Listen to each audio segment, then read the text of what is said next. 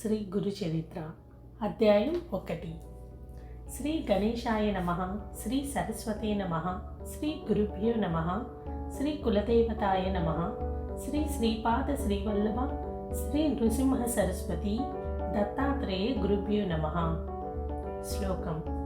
బాలార్క ప్రథమేంద్రనీల జటిలం భస్మాంగరాగోజ్వలం శాంతం నాథ విలీన చిత్త పవనం శార్దూల చర్మాంబరం బ్రహ్మైజ్ఞ సనకాదిభి పరివృతం సిద్ధై సమారాధితం దత్తాత్రేయముపాస్మహే హృది ముదాదేయ సదా యోగిభిః. శ్రీ వాసుదేవానంద సరస్వతి స్వామి రాసిన ఉపోద్ఘాతము. మసక చీకటిలో ప్రాణిని చూచి పామని భ్రమించి భయపడతాము. కానీ తర్వాత దీపం సహాయంతో అది త్రాడని తెలియగానే ఆ భ్రాంతి, భయము తొలగుతాయి. అలానే వాస్తవానికి బ్రహ్మమనవడి పరమాత్మ ఒక్కడే ఉన్నాడు. అజ్ఞానం వలన మనకు ఆయన స్థానే జగత్తు గోచరించి భయము, ఆశ, దుఃఖము కలుగుతాయి. ఆత్మజ్ఞానం అనే వెలుగు సహాయంతో పరమాత్మను తెలుసుకున్న క్షణంలోనే దుఃఖరహితము, ఆనందమయము అయిన బ్రహ్మమే సత్యమని అనుభవమవుతుంది. అప్పుడు భయానికి, దుఃఖానికి కారణమైన జగత్తున్నదనే భ్రాంతి తొలుగుతుంది. అంటే ఈ జగత్తు మిథ్య అని తేలిపోతుంది. సర్వత్రా నిండి ఉన్న బ్రహ్మమే గురువు యొక్క నిజతత్వం. సచ్చిదానంద స్వరూపుడైన శ్రీ గురుదేవునికి హృదయపూర్వక నమస్కారము. ఆ పరబ్రహ్మమే సత్యమైనది. అజ్ఞానం వలన దుఃఖంలో మ్రగ్గుతున్న జీవులపై కరుణతో వాటికి ఆ దయానిధి తన నిజతత్వాన్ని బోధించడానికి అత్రి మహర్షి పుత్రుడై జన్మించి శ్రీ దత్తాత్రేయుడని పేరు పొందాడు. భక్తితో తనను ఆశ్రయించిన కార్తవీర్యార్జునుడు, యదువు మొదలైన వారిని ఈ సంసారం అనే దుఃఖసాగరం నుండి ఉద్ధరించాడు. ఆయనయే మరలా శ్రీపాదవల్లభుడుగాను, తర్వాత శ్రీ నృసింహ సరస్వతి అనే పేరుతోనూ అవతరించి తన శిష్యులైన సిద్ధార్థులను ఉద్ధరించాడు. పరమగురువైన ఆ దత్తమూర్తి నేటికి కృష్ణ, భీమ సంగమ తీరంలోని గంధర్వపుర నివాసి అయి స్మరించిన వారికి ప్రసన్నుడవుతున్నాడు. ఆ పరబ్రహ్మమూర్తి జనన మరణాలకు అతీతుడు, అక్రియుడు, కోరికలు లేనివాడు, అద్వితీయుడు అయినప్పటికీ ఒకప్పుడు తానే అనేకమవ్వాలని సంకల్పించాడు. ఆ సంకల్పమే మాయాశక్తి. ఆయన త్రిగుణాత్మకమైన తన మాయ చేత ఈ జగత్తును సృష్టించి దాని రూపంలో ప్రకటమయ్యాడు.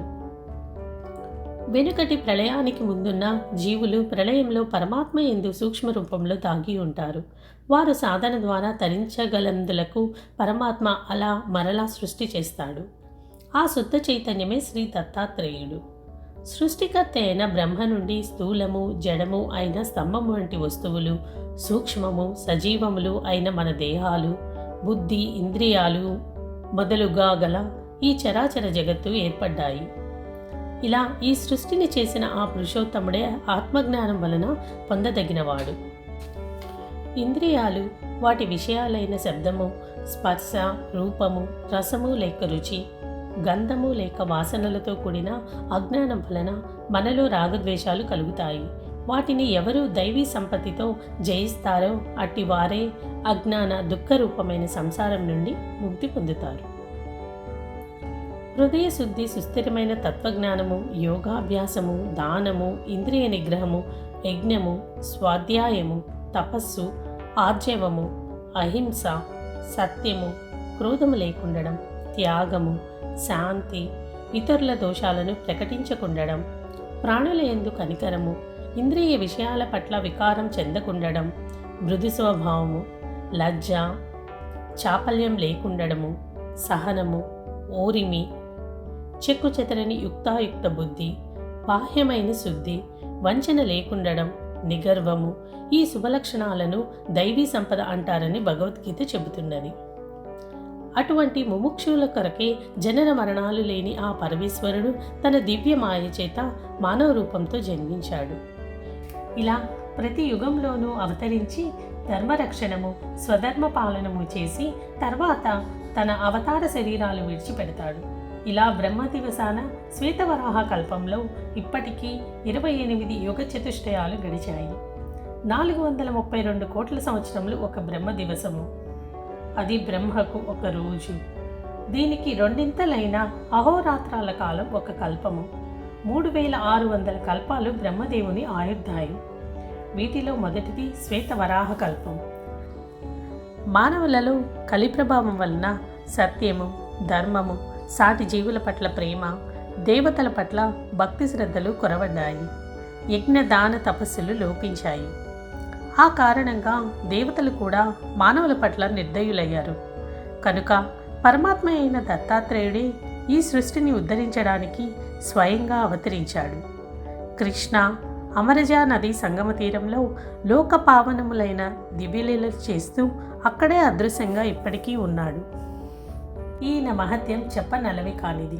పుట్టిన వెంటనే ఏడిచే బదులు ప్రణవం ఉచ్చరించాడు. ఇనుమును తాకి బంగారంగా మార్చాడు. అక్షరాభ్యాసం కూడా లేకుండానే శిష్యులకు వేద పాఠం చెప్పాడు. బాల్యంలోనే తల్లిదండ్రులకు జ్ఞానం ఉపదేశించాడు. చిన్న వయసులోనే సర్వతీర్థక్షేత్రాలు పాదచారి అయి దర్శించి పావనం చేశాడు. అష్టాంగ యోగం అభ్యసించాడు. నానాటికి పతనమవుతున్న సన్యాస మార్గాన్ని పునరుద్ధరించాడు. అపద్య భోజనంతో ఒక భక్తుని ఉదర రోగం పోగొట్టాడు. ఒక నిరుపేద బ్రాహ్మణుని దారిద్ర్యాన్ని పోగొట్టాడు. క్షణకాలంలో ఒక భక్తునికి త్రిస్థలి అంటే ప్రయాగ, కాశీ, గయా యాత్ర చేయించాడు. చచ్చిన వాణ్ణి బ్రతికించాడు. గొడ్డుబర్రెను పాడిగేదెగా చేశాడు. త్రివిక్రముడనే శిష్యునికి విశ్వరూపం చూపాడు. విద్వాంసుల విద్యాగర్వమణచాడు. తన ఆశీర్వచనం చేతనే అంత్యజుని నోట వేదం పలికించాడు. ఒక విధవరాలికి తిరిగి సౌభాగ్యం ఇచ్చాడు. కర్మభ్రష్టులైన ప్రజలకు పవిత్రమైన కర్మ మార్గం బోధించాడు.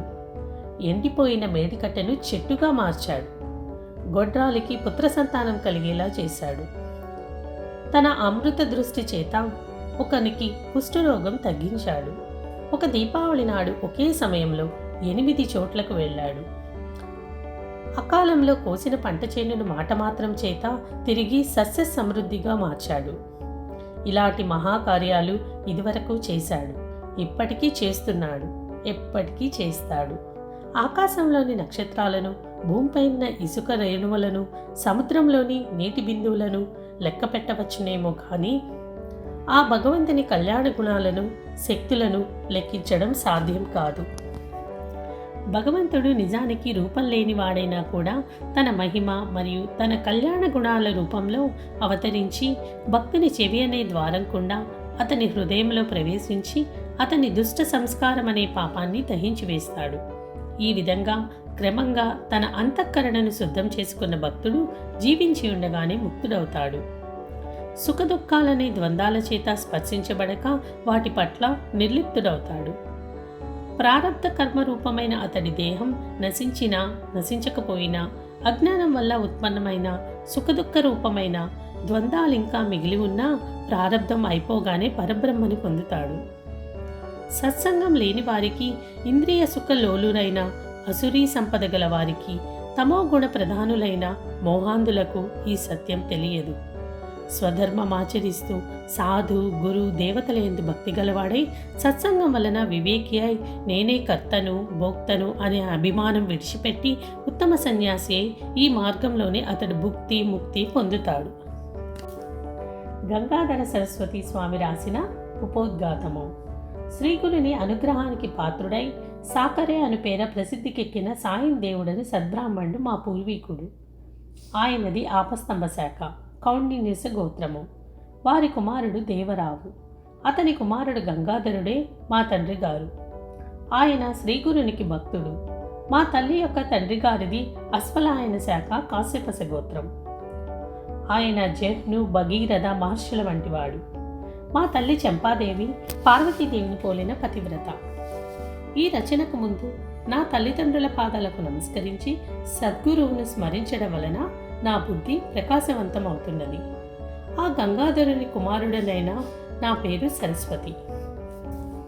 వేదాధ్యయన పరులు, సన్యాసులు, ఏతులు, యోగీశ్వరులు, తపస్సులు, సద్గురు భక్తులు అయిన ఓ సుజనులారా, మీకు నా నమస్కారములు. నేను మీ పాదధూళి వంటి వాడను. రచనా సామర్థ్యం లేని నేను కేవలం వంశపారపర్యంగా శ్రీ దత్తానుగ్రహం ఉండడం వల్లను శ్రీగురుని ప్రేరణ వల్లను మాత్రమే ఈ రచనకు పూనుకున్నాను. అమృత కుంభం వంటి శ్రీ గురు చరిత్ర నీకు ప్రసాదింపబడినది. నీవి కథ వ్రాయి, దాని వలన నీకు నీ వంశస్థులకు కూడా సర్వము సిద్ధిస్తాయి అని శ్రీగురుడు నన్ను ఆజ్ఞాపించారు. భక్తులు స్మరించినంతనే ప్రసన్నులయ్యే శ్రీ నృసింహ సరస్వతి స్వామి ఆదేశం కామధేనువు వలె ఈ కార్యాన్ని నెరవేర్చగలదు. త్రిమూర్తి అయిన శ్రీ దత్తావతారమైన శ్రీగురుని చరిత్ర అపారము.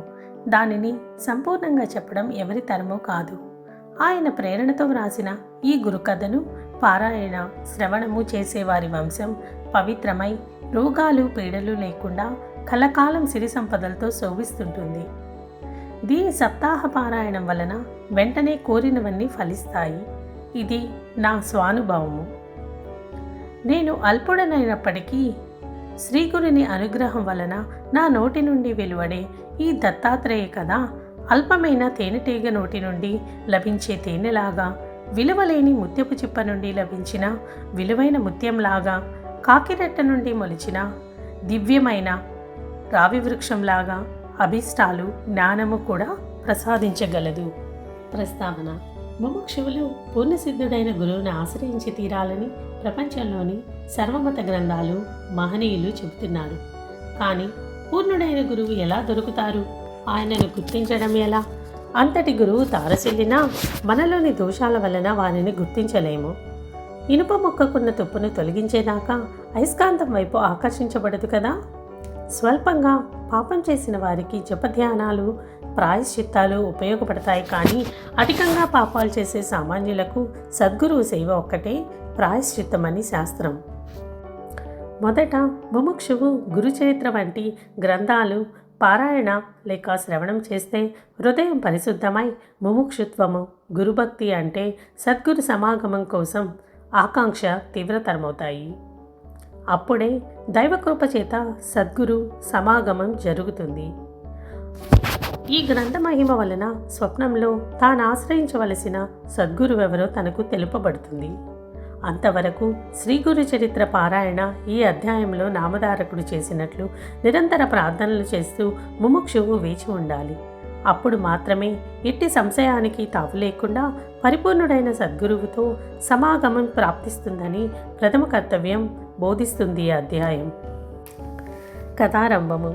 గంధర్వ నగరంలో శ్రీ నృసింహ సరస్వతి స్వామి మహిమ లోక ప్రసిద్ధమై దూర దూర ప్రాంతాల నుండి కూడా ఎందరెందరో వచ్చి వారిని సేవించి పెళ్లి కాని వారు పెళ్లి, సంతానం లేని వారు సంతానము, పేదవారు ధనము, ఇలా ఎవరికి అవసరమైనవి వారు పొందుతున్నారు. వారిని దర్శించాలనుకున్నప్పటి నుండే కోరినవి నెరవేరుతున్నవారు ఉన్నారు.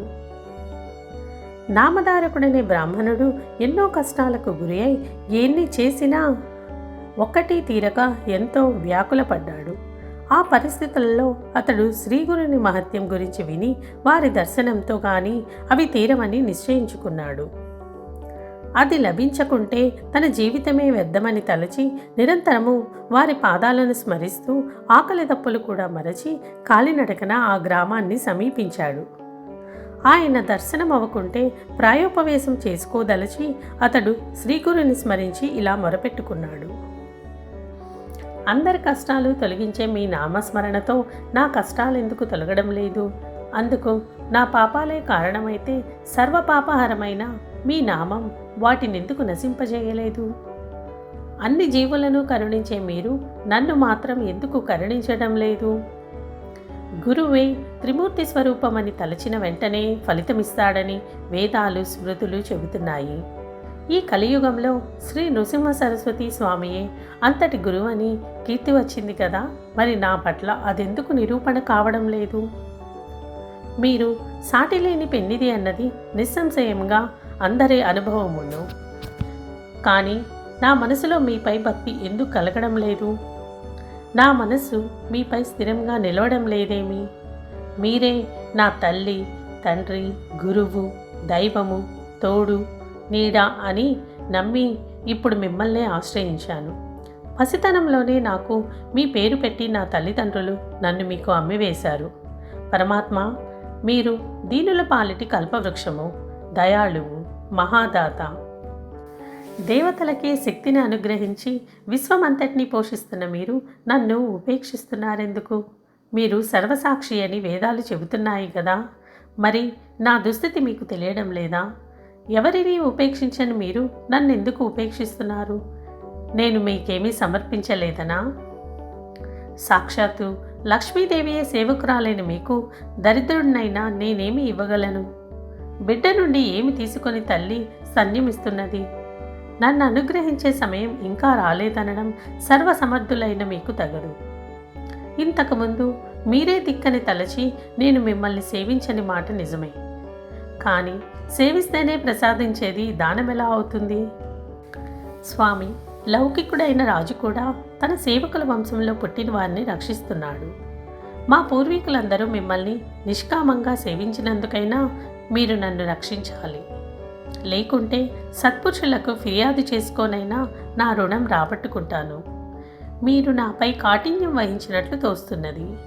అది మీ సాటి వారి పట్ల తగునేమో కానీ అల్పుడనైనా నా ఎందు తగదు. ఇందుకు కారణం నేను చేసిన తప్పులేమో. అజ్ఞానినైన నాకు దోషాలు చేయడం సహజమే. నా వంటి పాపి లేడు, కానీ మీ వంటి పాపహారకుడు లేడు. కనుక నన్ను ఉద్ధరించు. ఒకవేళ నేను మీ గురించి ఆడిన నిష్ఠూరాలే మీ కాఠిన్యానికి కారణమా? దయాసముద్రులైన మీరు అలిగిన బిడ్డను తల్లి బుజ్జగించినట్లు నన్ను బుజ్జగించాలి, కానీ నాపై అలిగి అనుగ్రహించుకుంటే నాకు దిక్కెవరు? లేకుంటే నేను చేసిన తప్పేమిటో అదైనా నాతో చెప్పవచ్చు కదా. ఏమైనా మీరు నా దోషాలను క్షమించి నన్ను దయ చూడాలి. మీరే నా దిక్కు. మిమ్మల్నే నేను శరణు పొందుతున్నాను. చైతన్యమూర్తివి, దయానిధివి అయినా నీ కారుణ్యమేమైంది ప్రభు? మృత్యు ముఖంలో ఉన్న నన్నెందుకు ఉద్ధరించకుండా ఉన్నావు?